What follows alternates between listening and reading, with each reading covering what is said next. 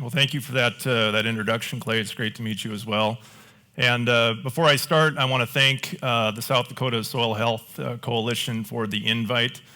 This is the first time this winter I'll be presenting this deck, and so I'm going to try to keep on schedule. We'll see how well I come out. I want to open with a couple comments of admission. I am not a soil health expert or prophet. I'm not a livestock prophet. I'm definitely not a cattle guy.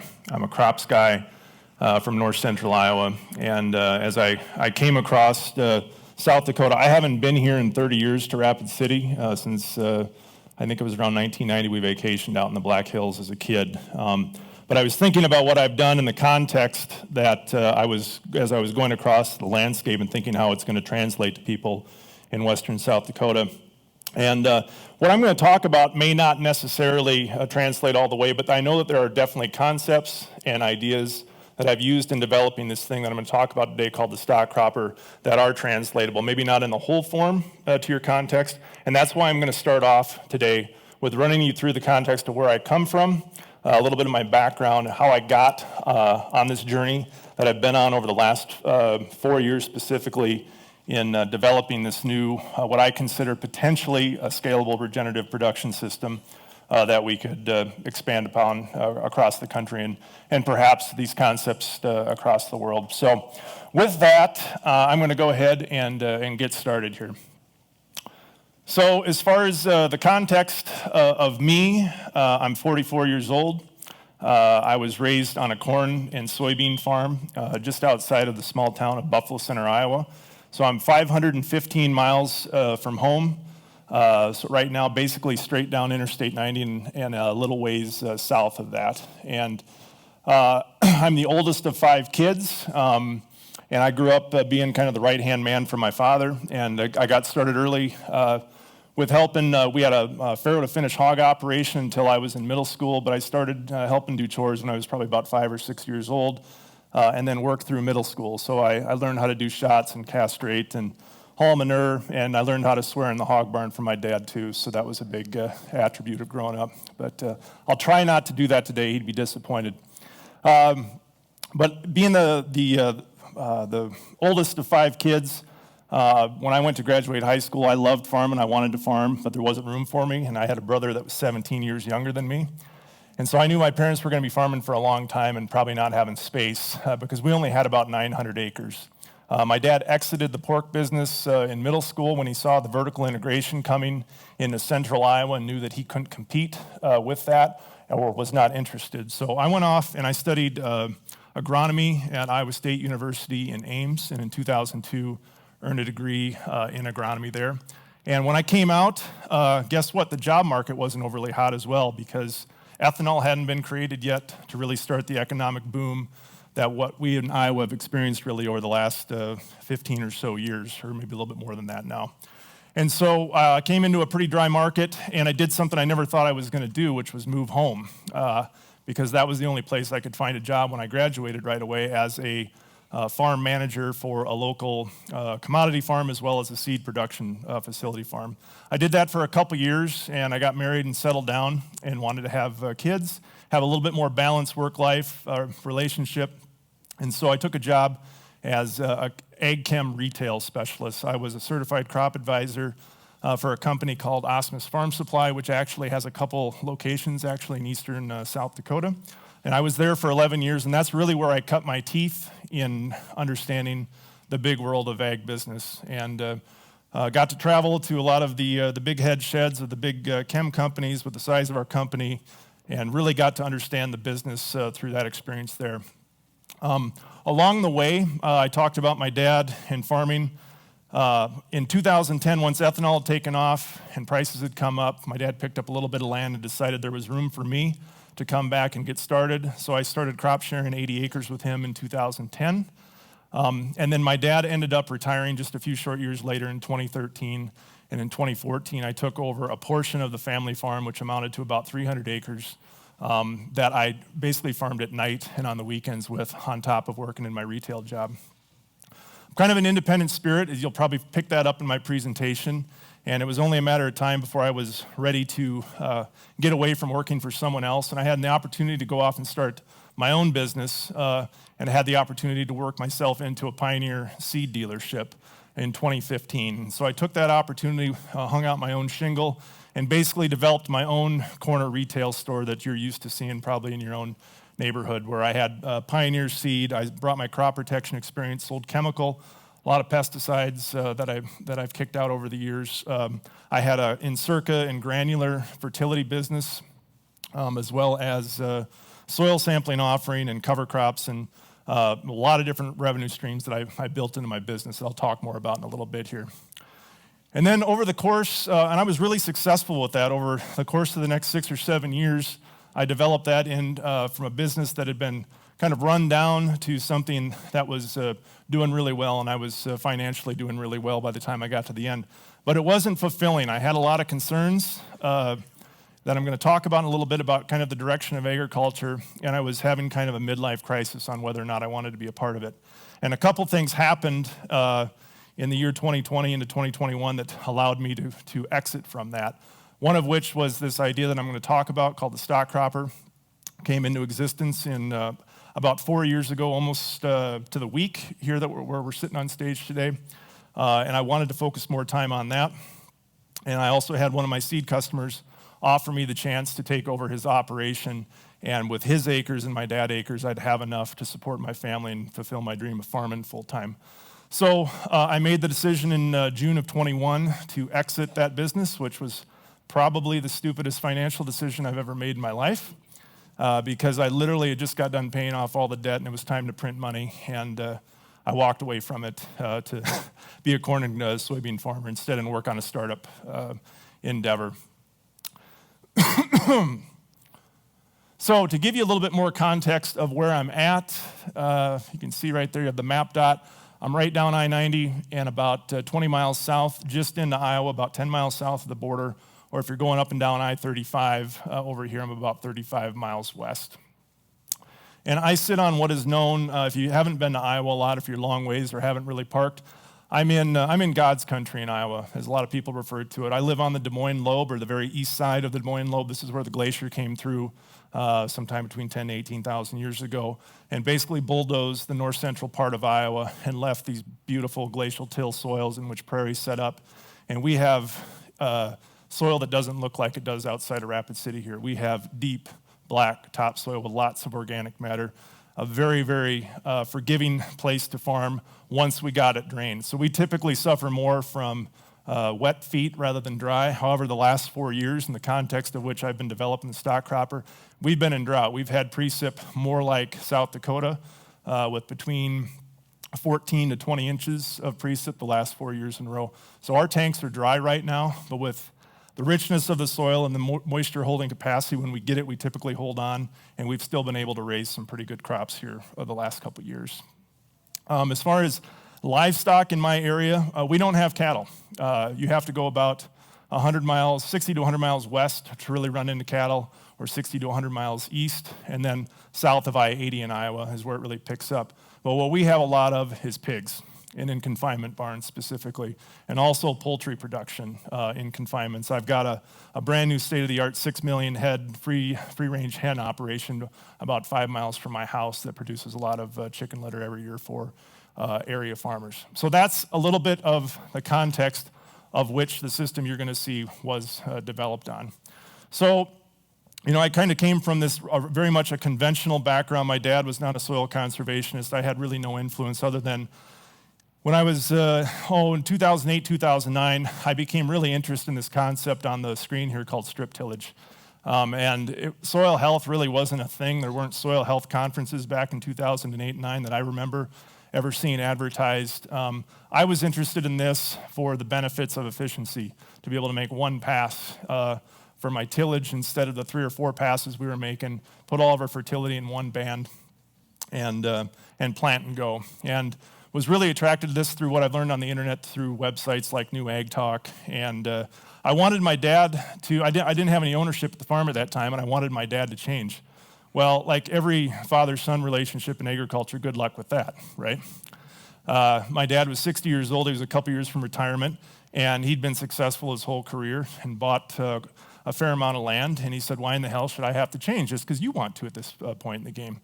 And well, I'm pretty stubborn, he's pretty stubborn, and I basically, in 2011, came to him after I was crop sharing and said, listen, I'm gonna farm this way, either with or without you, and so it's your choice on what you want to do. And so that afternoon, after saying that to him, I went and I bought a Kraus Gladiator strip till bar, and in 2011, and a couple days later, he called me and said, your mother and I have talked about it, we're gonna take a chance with you, we're gonna buy the fertilizer in the RTK cart. And so we went in to start strip tilling that first year in 2011. Right off the bat, we started to see some of the benefits that have been advertised. This field on the right is the management style that my dad and I used to use all the time, which was moldboard plowing, a couple passes of the field cultivator, some 32%, and plant it. Our field is the one on the left side of the fence, and our field actually is lower in elevation to the one on the right. And so this is 5 minutes after 1.5 inches of rain in the spring of 2012 that ended up being a drought year. But you can see the difference in rainfall infiltration that we had just 6 months into this journey of starting to transition the farm and the benefits that we saw on our own ground. Further on down the year, my dad he wanted to see if we could do strip till with corn on corn. He was really doubtful of that versus our plowing system that we'd done. And so he gave me 15 acres out of an 80 to do as a trial, and we kept the fertilizer the same across the entire field, same with strip till, same with the plowing, and planted it the same. And 2012 was super dry, and so moisture retention was really, really important that year.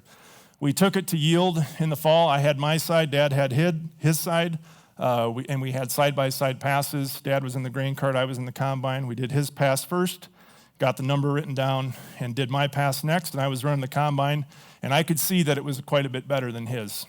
And but I knew that this was gonna be a delicate issue when I went to talk to him about it. And so I went, climbed out of the combine, climbed up in the cab, and my dad was just staring at the grain cart scale in the corner of the cab, and he was looking at his cell phone. I could tell he'd already done the math. And we just sat there in silence because I wasn't going to be the first one to talk. And he sat there and he just kept staring and staring. And finally he said, wipe that damn smile off your face. I've been doing it wrong for 40 years, and we're going to change and do it your way. And I get choked up every time I tell that story because it's a really hard thing to do at that age to admit that maybe you should take a different path.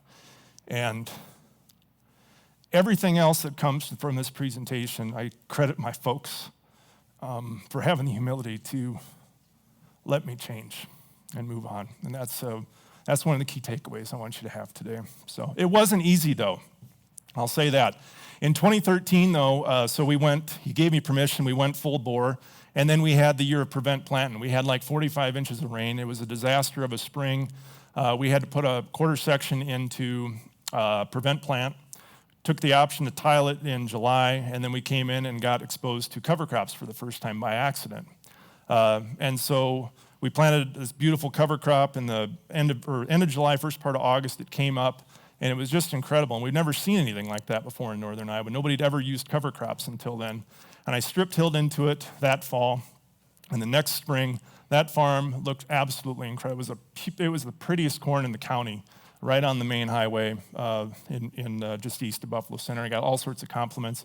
And so after seeing that, in the introduction to that, I decided that this is how I was going to farm from now on. And so 2014, I took over and switched the operation to 100%, not only strip till, which we already had, but 100% cover crops. And in my county, I am the village idiot that does this. There's only 2 of us that currently use 100% strip till in cover crops as our management practice in our county. So, and I really couldn't figure out why more people weren't doing this, because my yields were going like this over the next couple years, and people were seeing that I wasn't failing, but I kept seeing more of this. This is a video from one of my neighboring fields I took last summer after 1 inch of rain and with a lot of tillage done.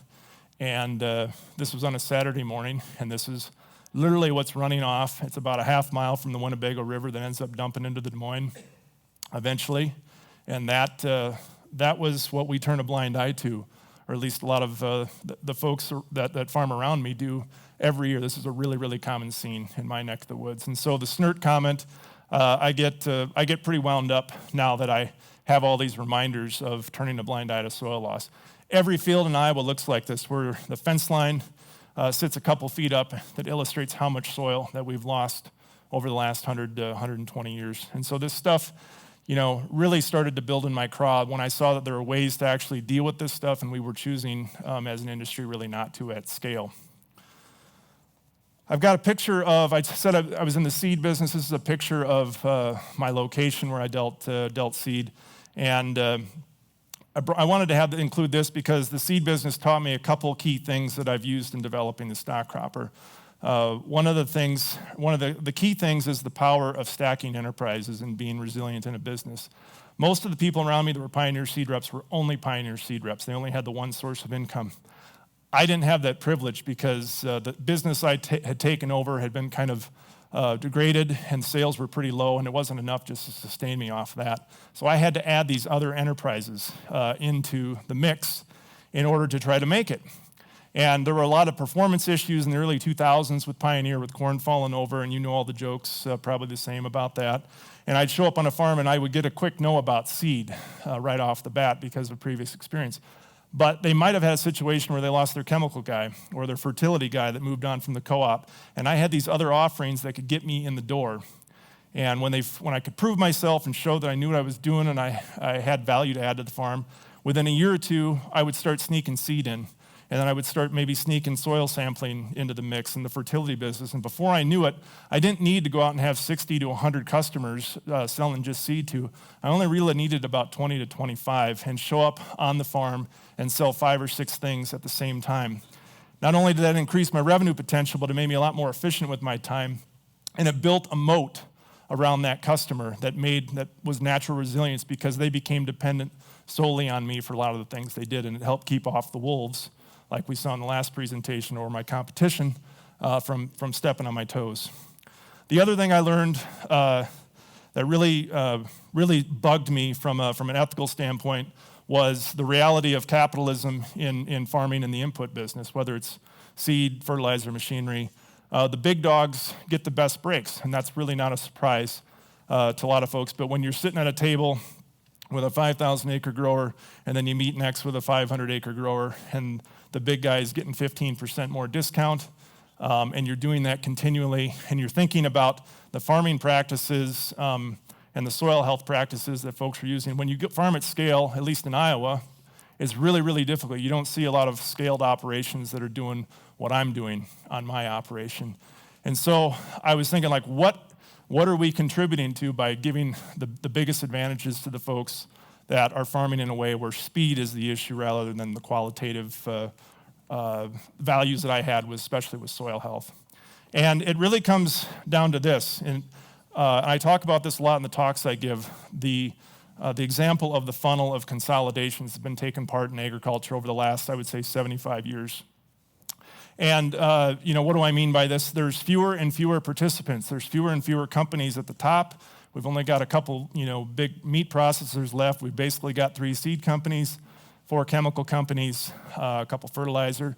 But we've eliminated a lot of rungs in the system in the sake of progress. And this trickles all the way down to the community level and the farm gate level, where we have far fewer farmers than what we did in my neck of the woods. And the example I use is when my dad was a kid in my little town of Buffalo Center, they had a really vibrant school district with class sizes of 70 to 80 kids that just came from the surrounding areas with one town. We had a co-op elevator. We had 4 different places in town where you could sell livestock. We had 3 different feed stores. We had 3 grocery stores. We had 2 hardware stores. We had a movie theater. We had lots of things that fostered community. And if we fast forward, and I would say on top of that, if you take the farm that I grew up on, within 1 mile of that when my dad was a kid, there were 16 farm families that made their living solely from the land and being farmers. You fast forward that today and what my community looks like.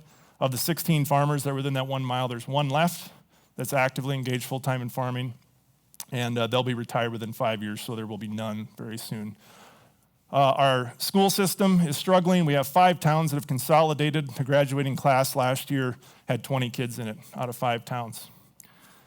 We don't have any feed stores. We have no place to sell livestock.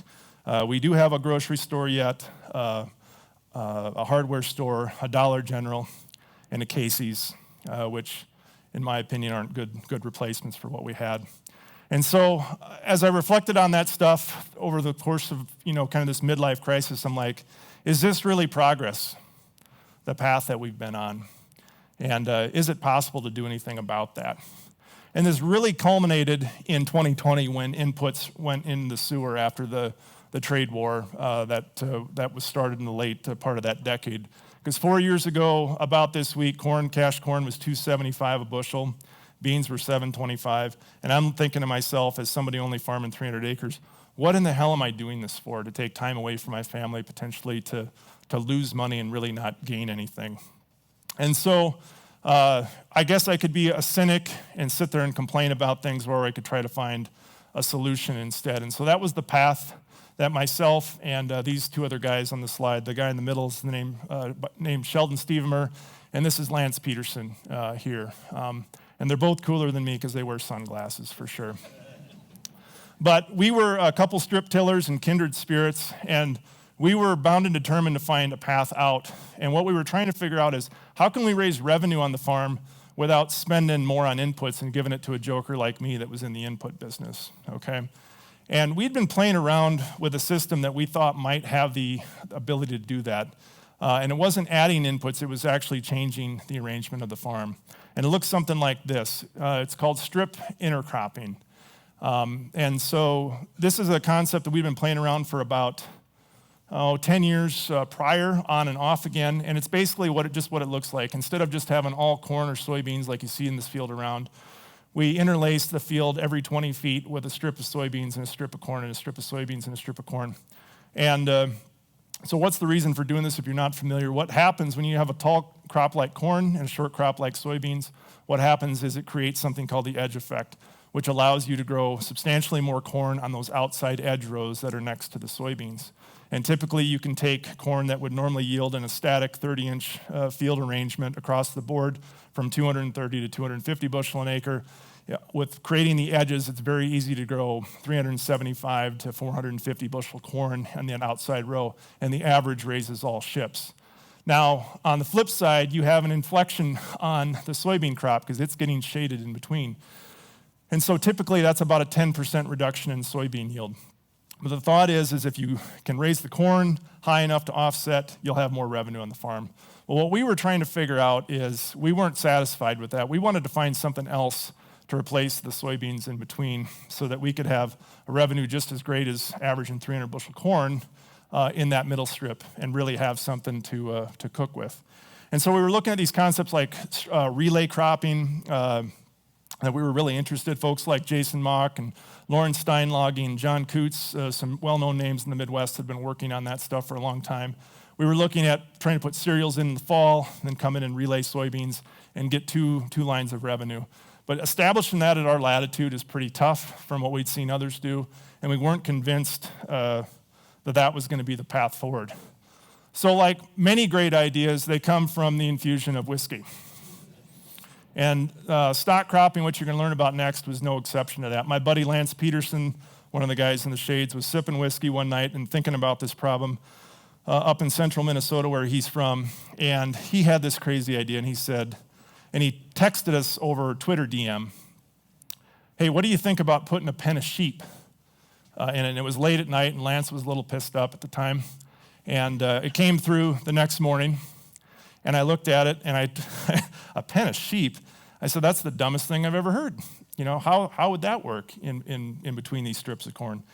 And then our conversation took up, and very quickly it became from a joke to something a lot more serious, because we had the thought of, well, what if it wasn't just a pen of sheep? What if it was multiple species of livestock, maybe sheep and goats, and then we would follow with pigs and chickens, and we'd have this whole diversity of livestock. But in order to do that and keep them all segregated, we're going to have to create this contraption that would keep everything penned in, and you know what, it's going to need to move itself, so it needs to be autonomous. So this thing better have solar panels on and electric batteries, and we'll put GPS pucks on just like our tractors, and it'll steer itself through the field. And within about 15 to 20 minutes of DMing back and forth, this concept that we now call the stock cropper or stock cropping was born. And I was incredibly excited about it right off the bat because I knew we had stumbled onto something which I think is a way to integrate a multitude of animals back onto the landscape, specifically in Iowa.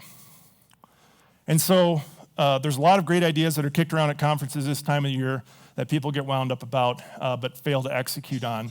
But when the world was shutting down in 2020, we got to work whiteboarding, marker boarding, trying to figure out what this contraption would look like. And this is my buddy Sheldon here. It was good to have him as a founding partner because he's a brilliant ag engineer, has a master's in ag engineering. And he helped do the design work along with myself and then helped fabricate the base structure. This is us taking it home Memorial Day weekend in 2020 back to my farm to put the finishing touches. And on June 14th, 2020, we launched this into the field, into this system that we call stock cropping, where we have a pasture lane surrounded by corn and made possible with what we believe to be, we haven't been proven otherwise yet, the world's first multi-species mobile grazing barn unit, a barn that contains sheep, goats in the front as our ruminants, pigs that come out the back, and then chicken tractors that you don't see trailing behind. This barn's got an inverted roof with the ability to capture its own rainwater. It has a raised flooring system that I'll show in pictures here, so in inclement weather we can get the animals out of the mud if need be. And it's a barn that's advanced several times a day with the first year we just used an electric winch and cable system to move it, to keep the animals constantly moving into fresh pasture. And yeah, so that's it. So now when you invent the world's first three-ring animal circus on wheels, you need to have a good name for it. And if you've heard this before, you already know what's coming, but we called this first prototype the Cluster Cluck 5000. And the name has stuck. We haven't gone away from it. So what the Cluster Cluck allowed for was this system that we called stock cropping, which I simply define as the intersection of livestock and row crops in the field at the same time. And this is what it looked like the first year. We took a very, very small parcel of land, 2 acres, on one of my dad's small little pieces, and we cut it up with strips of corn that we strip-tilled and planted an annual pasture mix. We used a 5-way mix that had some cool and summer species in it with the thought that we could graze the cool stuff off and the warm would come. But we had no idea when we put this in how much pasture we would need, how fast we'd have to move it, because it was really a wild-ass guess from how to set this thing up. But we put in enough pasture lane we thought that would get us by. So this is early in the year. This is when the barn launched. We had about 18 to 24 inches of pasture mix to come through. And then some of these other pictures were a little bit later in the season. This is another view that shows what the site looked like. This picture was taken later in August. So the first, where we started the barn here, you can see that we had quite a bit of regrowth already from that pasture recovering. We came down here, and then we didn't have anything because our oats dominated the mix so much we didn't have anything to come to graze after that. So we mowed the oats down, and we fed just hay to our sheep and goats. And then we ended up reseeding this to a summer annual mix and then had lanes in August to come back and graze. And then we actually had enough stuff here that we came back and grazed this back to the end and finished the year in September. The other thing I would say is you can see, I don't know if you can see on the outside edge, we actually manipulated the corn to maximize that edge effect. We increased the population, and we actually used a shorter hybrid that first year on the outside 2 rows, and then a taller hybrid in, and I'll explain why we did that in a couple slides here. So these are just a couple quick pictures from the field the first year. You can see the little goat kids that we had there. These are the Joel Saladin style chicken tractors in the back, complete with the aprons. You can see the sheep up front there, and there's the winch cable that we used. We designed the barn to be manually moved. You'd have to be there to move it the first year. So what we would do in order to not bulldoze the forage is we would lock the animals up in the barn, raise the fence up, tighten the winch, pull it ahead the 11 feet, let everything back down. That's how it worked the first year. This is our rainwater system. We capture rainwater with the gutter, which then fills the water tanks. We have 110 gallons on board. 9/10 of an inch of rain fills our water tanks with water to minimize the need for additional choring. This is what the inside of the barn looked like the first year. Tenderfoot floor, creep feeders for additional feed if needed, mineral block, overflow for the rainfall to go out of the barn if we overfill the tanks. This is the size of the animals that we put in, 3-week-old chicks, about 40-pound feeder pigs, and then lambs and the goat kids. And this is the aw shucks thing that gets the city folk when they see these pictures here. But it's a really, really beautiful way to raise animals, in my opinion. I love pictures from the rear view. This is a picture close up of what the recovery looked like. So you can see some of these summer annuals like sorghum Sudan come through that we ended up grazing a second time. You also see some weeds. There's some water hemp in there as well. And a lot of people get wound up when they see that, but I've never seen a water hemp that's resistant to a hungry goat. That's one way to deal with it. So this is that edge effect I wanted to cover real quickly. So there's a curve that develops when you open up these gaps, and the outside edges typically arc like this, and they're taller in the middle because the plant's intelligent. It knows how to react to light, and the reason this does well is it has full expression of photosynthesis from the top to the bottom plant. It's not just doing up here like the middle of the canopy does, and that's why we increase our populations in these outside rows and then ultimately get this, which is a wall of corn that in this per row yield is about 450 bushels an acre. This is what it looks like when we harvest, and so we have this beautiful cover crop that's recovered. It's taken up the manure and the nutrients and stabilized it, so it's not going to end up in the river.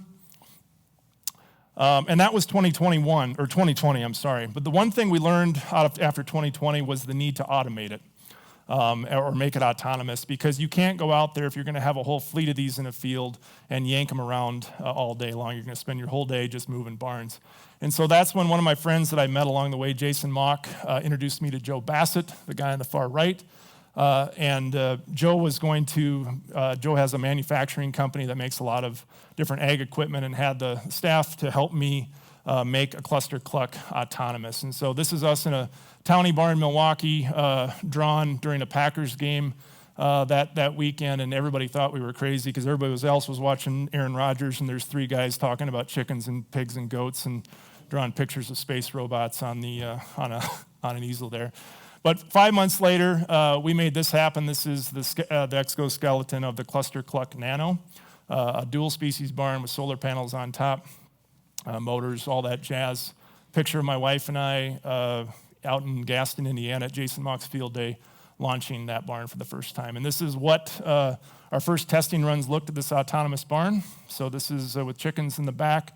The barn had airbags on, so that it would pick itself up along with an air compressor, move itself ahead, set itself down, all programmed with our Cluster Cluck app on our iPhone that gave us the programmable movement, where we could say we want it to move so many feet every so often. And that's what we accomplished, or part of what we accomplished in 2021. The other thing we did for the cattle guys in the room, we had a lot of interest. Could you build one for cattle? And so that second year, I took my PPP money and I built this, the Cluster Cluck Max 9. And yes, it is a ripoff of John Deere's X9 combine because this was the biggest one we'd made. This is 30 feet wide. We had 2 calves that we put in front, and then about, I think, 10 or 12 hogs in the back. And this is what the animals look like. And this really actually worked quite well. The only downside of this barn was its weight. It was too heavy. We built it a little bit too heavy.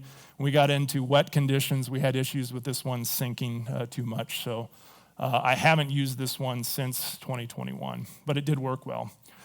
So this is one of my favorite pictures because in 2021 we expanded, we moved locations with the plot.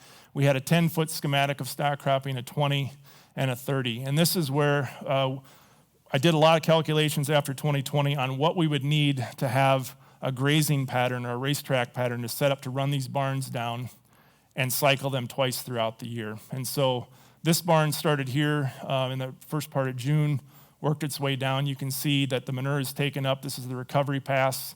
And as you get closer, you see the high impact.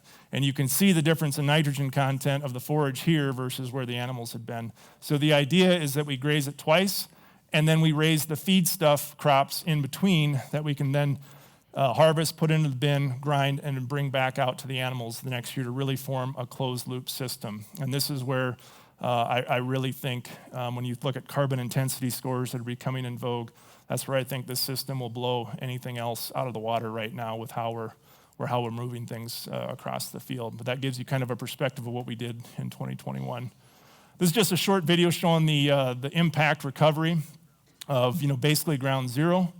with the barn, and I hop on the Ranger here to show. Now, we've been really dry, and so this would be even quicker and more if we would get more than a tenth of rain every 3 weeks in north central Iowa. But when we do get rain, this system is just unbelievable how fast stuff can recover. And so the path that the barn is driving, as you start to see things green up here, is about 3 weeks of grazing from on this lane from where the barn was. As you slowly see it get bigger and bigger and bigger, you see the sorghum Sudan grass pick up. And we could probably, if in really good conditions, we could be back on this within almost 30 days if we wanted to for a second pass of grazing. So in 2022, we launched with the goal of redoing the Cluster Cluck Nano to make the Nano 2. And what we did was we cut half the weight out of the barn, made it a lot simpler to manufacture. We put individual wheel motors instead of just 2 motors on each side, like a skid loader with the first one. Just streamlined a bunch of stuff to make this thing work a heck of a lot better. And this is a picture of it launched that year, I think out in Indiana. The other thing I became really interested in was, not everybody in my neck of the woods is going to want to integrate livestock eventually. So what do we do for the crop guys to maybe take some of these principles and apply them to what they could do? And so I got really interested in something I call gap corn, where we widen out corn rows. 60-inch corn has been a thing for a long time, but what I was interested in is trying to figure out if we could take twin row corn, get parity yield to 30-inch corn, and grow something to increase biodiversity in between.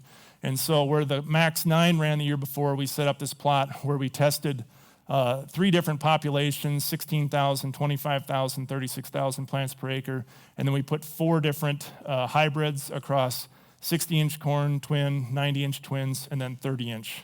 So this was a really intense plot, but we got a lot of really good, interesting data. This is another shot from the rear, so you can still see the 2 stock croppers working together right next to it. The other thing we did with this gap pattern was 2 different arrangements here. This is corn and soybeans together, 60 and 90-inch corn, and this is 60 and 90-inch twin row sweet corn with pumpkins in it. And if you want to see a way to generate a lot of revenue, this is a schematic I would highly recommend if you want a college project to pay for college for your kids, because we did the counts here, and between the 2 crops grown together, we calculated the net or the gross revenue at about $25,000 an acre of between the pumpkins and the sweet corn that we produced there. This is what the corn and soybean arrangement looked like, and the fun thing about this is there is no nitrogen on this corn that you see in this picture. This is the soybeans. We drilled these in about V5 into the corn, and somehow the soybeans did something with the roots interspersed, where I think we were feeding the corn crop with the nitrogen. These corn plants showed absolutely nothing for nitrogen deficiency throughout the whole year. So fast forward to 2023, it made me want to buy a gap planter. And this is, I found a 12-inch, there used to be a twin row John Deere planter, bought it, brought it home, stripped it out, and I wanted to be able to make any gap in a twin row arrangement to kind of further test these theories. And really focused in on 72-inch, somewhere between 60 and 90-inch twin row corn, and then put in this mix. And the reason for 72 is I thought with 60-inch twins, you don't get enough forage growth in between. 90s are too wide, you get too much of an inflection. So 72s is what I tested this last year in 2023. And then I had a regular 30-inch check with 72-inch twins at a field scale level on both sides. And this is just more shots of the twin row. And this was our whole plot in 2023. And the thing I was really excited for this last summer was the fact that we had this racetrack pattern now that had gone through a couple different iterations. So we planted in 2021, then the lane, so we had corn in 2021, then livestock in 2022, and we came back now in 2023 with crop on top of livestock. And I was really interested to see, without any additional fertility and all of these livestock that we mobbed through the system, how the corn would react. And I've got numbers that I'll share here in a couple slides that I think state the case that we may be on to something with this program. We've also caught the attention of folks like Precision Planting. They've got some intercrop plots at their site in Pontiac, Illinois. And so we took one of the 2 stock cropper Nano 2s that we made, and we sent that down to Jason Webster and his crew. And that gave us a lot of exposure. A couple thousand farmers in their tours that they do every year down there got to see it at Precision Planting. So it's pretty cool to have a wild idea taken up by one of the mainstream, fairly progressive companies in ag. And the last thing I worked on in 2023 here that I'm really pleased about is the Cluster Cluck Pico, which is the smallest barn that we've made to date. And this barn is really designed with maybe getting people outside of agriculture, giving them advice that they could maybe grow their own protein in their backyard on their acreage that maybe don't have familiarity, but take away some of the pain points that you have with having to be responsible for livestock 7 days a week. So this barn has the ability to be autonomous, run with the Cluster Cluck app, move itself on its own, carry enough feed and water for 2 or 3 days at a time so you can still go to the lake on the weekend and have chicken eggs that you can get out of the back of the barn when you get back. The other thing, it makes a great amusement ride attraction at field days for kids. When we debuted it last year, they really had a good time with that. So I get the question all the time, tell me about the numbers. And so this is the first time in a presentation I've ever presented the numbers on why I think this could provide opportunity for some people in agriculture that are interested in this regenerative path. So the Cluster Cluck 5000, the barn that the original barn operates on just 3/4 of an acre a year. And it does that by grazing the same acre 2 times. The amount of livestock we're producing on that 3/4 of an acre includes 10 hogs, 8 lambs or goat kids or a combination of the two, and 250 batches of chickens, so 300 chickens total. At the end of the day, what that produces is about 5,000 pounds of pasture-raised premium protein that we can turn around and market to consumers that would like to see animals raised in a situation like this versus the alternative in Iowa. What does that mean? If you use average USDA pasture-raised prices on the hook, that's about $15,000 of protein that we're raising per acre. And then you couple that with 305 bushel corn that we grew on only 18 inches of rain in Iowa in 2023. It was 60 bushel better than the conventional corn production next to it. So we still raised some pretty good corn with regular tactics. But the biggest difference is we have a 75% reduction in off-farm nutrients. So the only thing we put in excess from the animal manure was about 100 pounds of additional nitrogen to make up for the shortcoming so that we could feed the potential that we had with this edge row production. The really cool thing that I'm excited about is instead of just having a cornfield or a soybean field like every field in Iowa, we've 10x the amount of diversity with the addition of all the different plant species we're using in our mixes on top of the 3 or 4 different species of livestock. And then you think about their microbiomes impacting the soil and all the things that are happening under there that I don't know for sure, but there's a lot smarter people that could come in and help me try to quantify what exactly is happening on this field.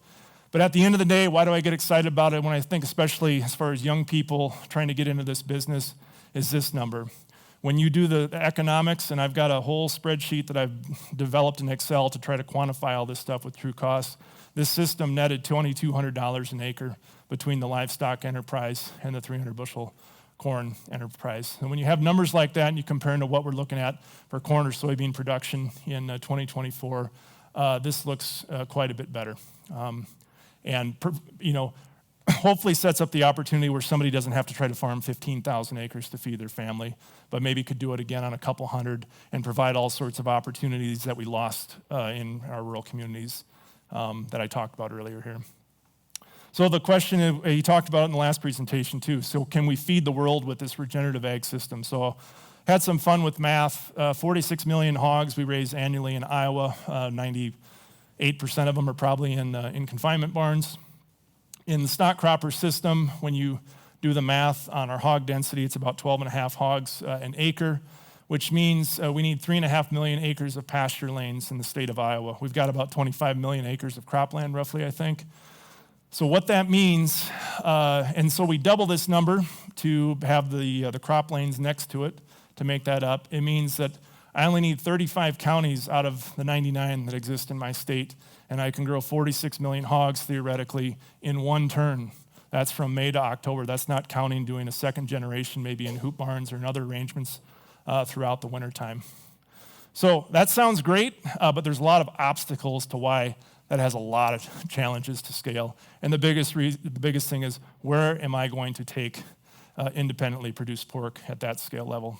And that's, to me, the biggest obstacle for what we've developed scaling really, really quickly. But I've taken that concern and started to have conversations with our elected leaders to make sure that they're aware that there are systems out here that I think are scalable, and try to make them aware and hopefully get policy to shift and change. This is me with Secretary of Ag, Mike Nag, in July of 2023. And he was so impressed with what he saw, he sent Senator Joni Ernst out a couple weeks later. And this is Joni and I actually talked Joni into wearing a stock cropper t-shirt and took a couple pictures.